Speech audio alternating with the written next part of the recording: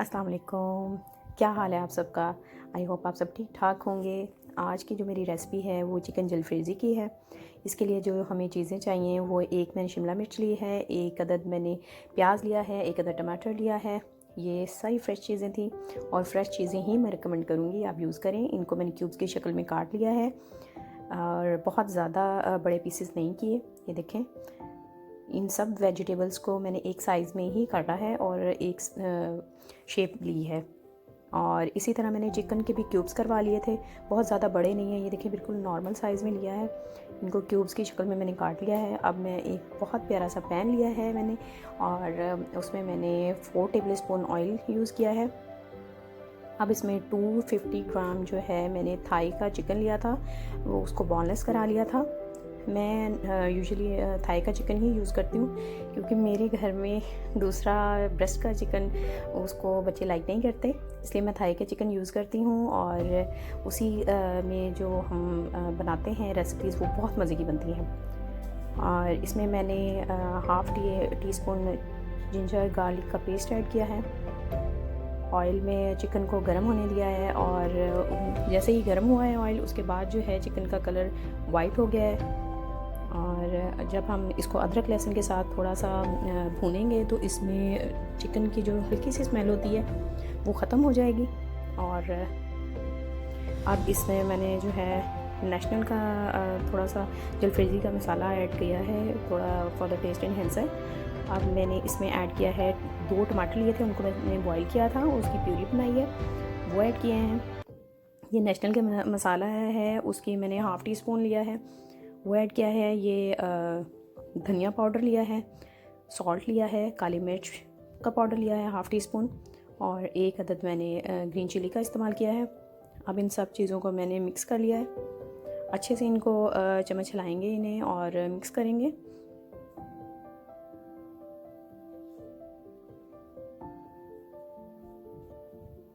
बहुत प्यारी खुशबू आ रही है।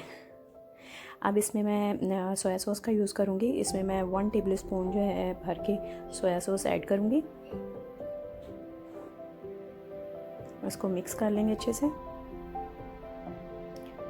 मैंने 4 टेबल स्पून टोमेटो केचप लिया था, उसको मैंने ऐड किया है इसमें। अच्छे से इसको मैं हिलाऊंगी और मिक्स करूँगी।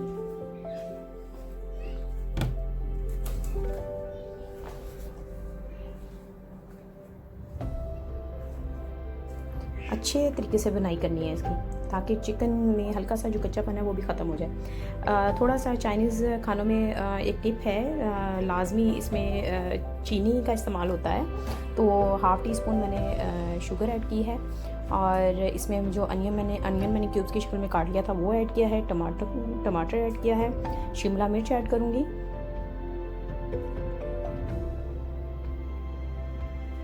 कितनी कलरफुल वेजिटेबल्स लग रही हैं, बहुत अच्छा लग रहा है। मुझे तो बनाते बनाते इतना अच्छा लग रहा है। आई होप आपको भी देखते देखते अच्छा लगेगा और आप इसको ज़रूर ट्राई करेंगे।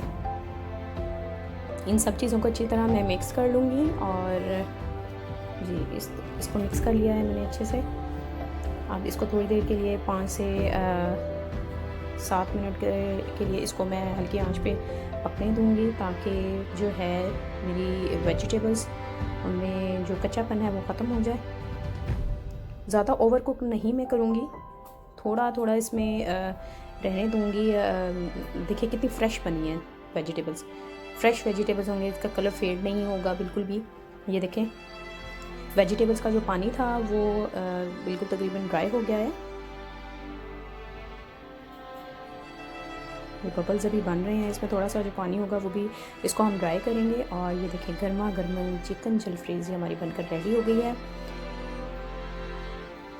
वाओ, आज तो मेहमान आएंगे तो खुशी से पागल ही हो जाएंगे, इतनी मज़े की रेसिपी उन्होंने नहीं कभी खाई होगी। इसे आप चपाती के साथ भी यूज़ कर सकते हैं, नान के साथ भी ले सकते हैं और राइस के साथ भी यूज़ कर सकते हैं। मैंने इसके लिए बॉइल्ड राइस का यूज़ किया है, मैं बॉइल्ड राइस इसमें ऐड करूँगी अपनी रेसिपी में। देखिए मैंने साथ में एक तरफ राइस भी बना लिए थे। और आई होप आपको रेसिपी पसंद आई होगी।